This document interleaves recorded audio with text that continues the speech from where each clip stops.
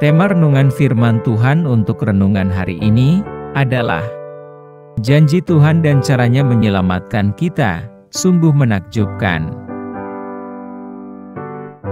Ayat Alkitab yang kita baca hari ini adalah dari Yesaya 9 ayat 1 sampai ayat 6 yang mencatat sebagai berikut. Tetapi tidak selamanya akan ada kesuraman untuk negeri yang terimpit itu. Kalau dahulu Tuhan merendahkan tanah Zebulon dan tanah Naftali, maka di kemudian hari Ia akan memuliakan jalan ke laut, daerah seberang sungai Yordan, wilayah bangsa-bangsa lain. Bangsa yang berjalan di dalam kegelapan telah melihat terang yang besar. Mereka yang diam di negeri kekelaman, atasnya terang telah bersinar. Engkau telah menimbulkan banyak sorak-sorak dan sukacita yang besar.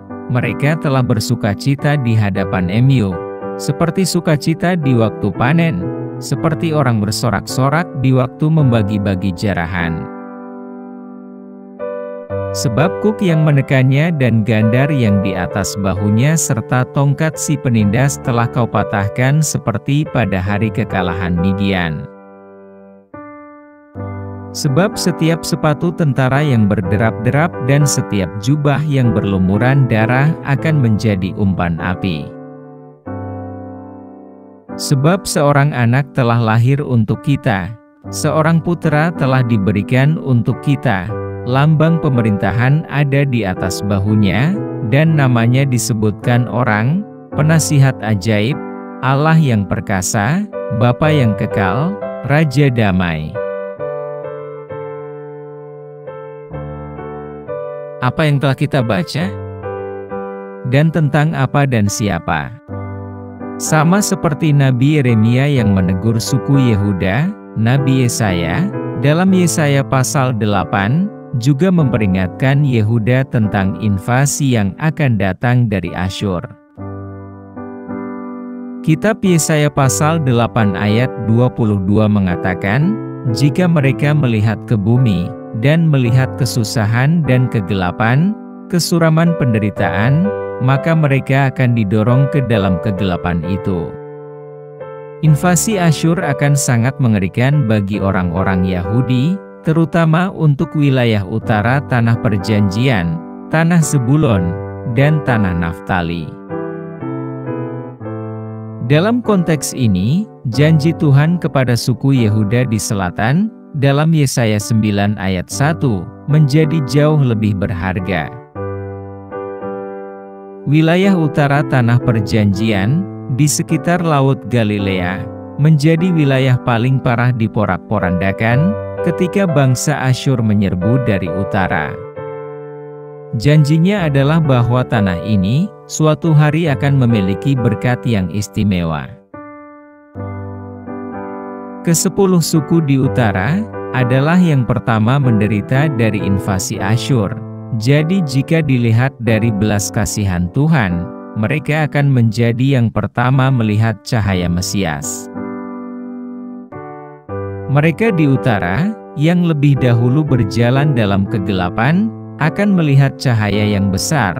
Bahkan dikatakan bahwa di atas mereka sebuah cahaya telah bersinar. Kedatangan Mesias akan membawa kegembiraan dan sukacita bagi Israel, sama seperti mereka baru selesai panen, atau membagi-bagi jarahan, setelah menang perang. Tuhan Yesus dalam Matius 9 ayat 14 dan ayat 15, berkata bahwa kedatangan dan pelayanannya akan mendatangkan sukacita, sama seperti orang yang sedang mengadakan pesta pernikahan. Yesaya juga menggambarkan kegembiraan penuh sukacita ini sama seperti Gideon, yang hanya dengan 300 orang pasukannya, mengalahkan Midian yang jumlahnya tidak terhitung, yang digambarkan seperti pasir di pantai. Baca Hakim-Hakim pasal 7. Inilah jenis kemenangan yang sama, yang akan kita nikmati dan yang diberikan oleh Mesias. Setiap janji Tuhan mengacu pada sukacita besar. Kekalahan orang Midian, ibarat Tuhan telah mematahkan kuk dan beban yang menghimpit kehidupan orang Israel, dan juga mematahkan tongkat si penindas, yang selalu menjarah panen orang-orang Israel, sebelum mereka dikalahkan Gideon. Kemenangan penuh atas semua musuh, memiliki aplikasi spiritual dari karya Tuhan Yesus di hidup kita. Selanjutnya Yesaya menggunakan kalimat sastra saat menubuatkan tentang kelahiran Mesias. Dengan kalimat, "Sebab seorang anak telah lahir untuk kita, seorang putra telah diberikan untuk kita." Nubuat ini mengingatkan Israel bahwa Mesias yang membawa kemenangan itu adalah Allah dalam wujud seorang manusia.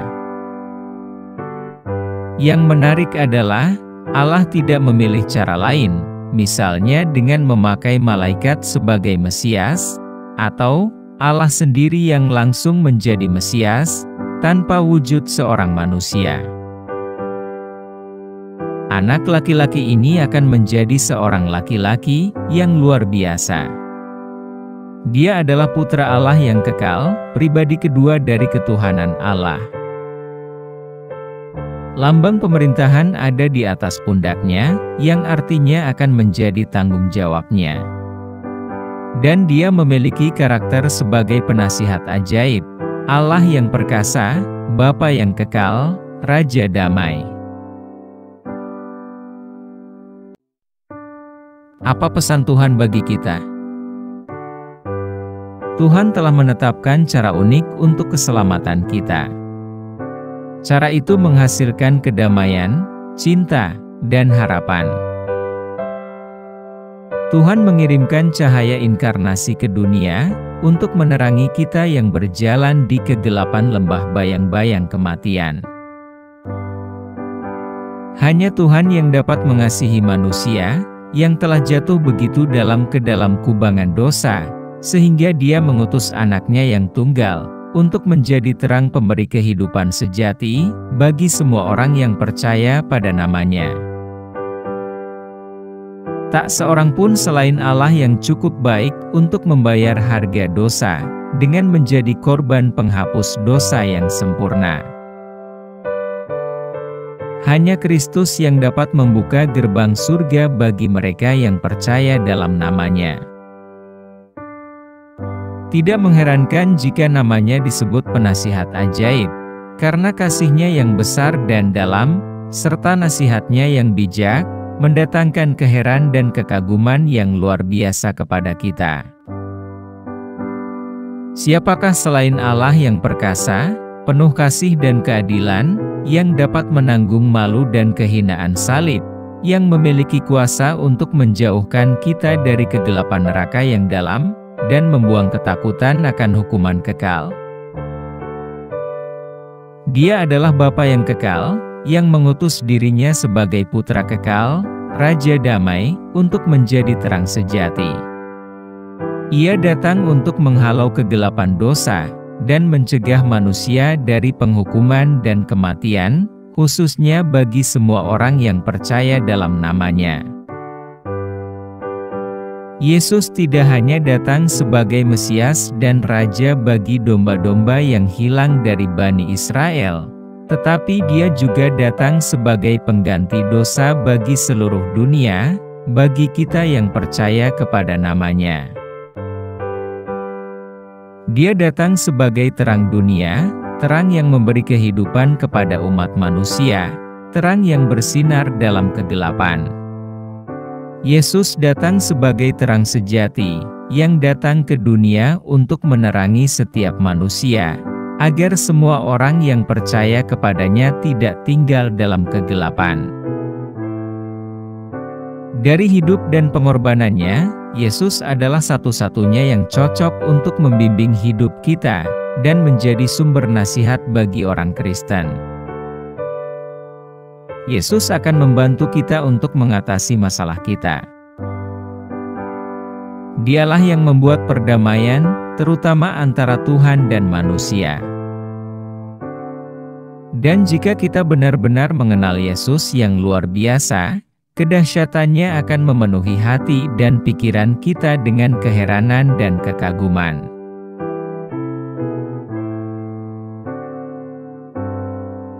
Apa yang harus kita terapkan dalam kehidupan kita? Kita harus terus melayani tanpa lelah, karena Yesus menyertai kita sebagai pelayannya. Kita harus menggunakan kuasa Yesus untuk membangun kerajaannya. Kita harus menggunakan seluruh keberadaan kita untuk bekerja di ladang Tuhan tanpa pamrih.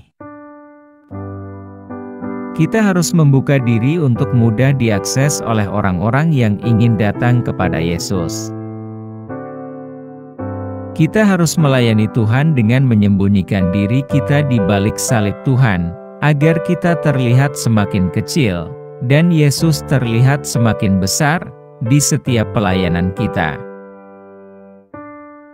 Kita tidak boleh menyombongkan diri kita ketika melihat orang yang kita layani dipulihkan, karena kita tahu bahwa orang itu dipulihkan dan diatur oleh Tuhan. Doa hari ini. Terima kasih, Bapa, karena Engkau telah mengirimkan Yesus sebagai terang dunia, untuk menerangi setiap orang yang berdosa. Terima kasih karena di dalam Dia, ada terang Injil kasih karunia yang mulia, yang tidak pernah bisa padam oleh kegelapan dunia ini. Kami memuji dan berterima kasih kepada Tuhan, karena cahaya Yesus telah datang ke dalam hidup kami, dan menghidupkan semangat kami, dan menerangi jiwa kami. Bukalah mata kami, lebih dan lebih lagi untuk melihat Yesus, dan tolong kami agar terus bertumbuh menjadi seperti Dia. Beri kami pemahaman yang lebih besar tentang semua yang telah Engkau capai dalam hidup kami, karena tanpa Tuhan, kami akan tetap dalam kegelapan dan mati dalam dosa kami. Terima kasih atas keselamatan Tuhan yang luar biasa, bagi Tuhanlah segala pujian dan kemuliaan, untuk selamanya. Dalam nama Tuhan Yesus, kami telah berdoa. Amin. Kiranya Tuhan menguatkan kita, dan kasih karunia Tuhan Yesus menyertai kita.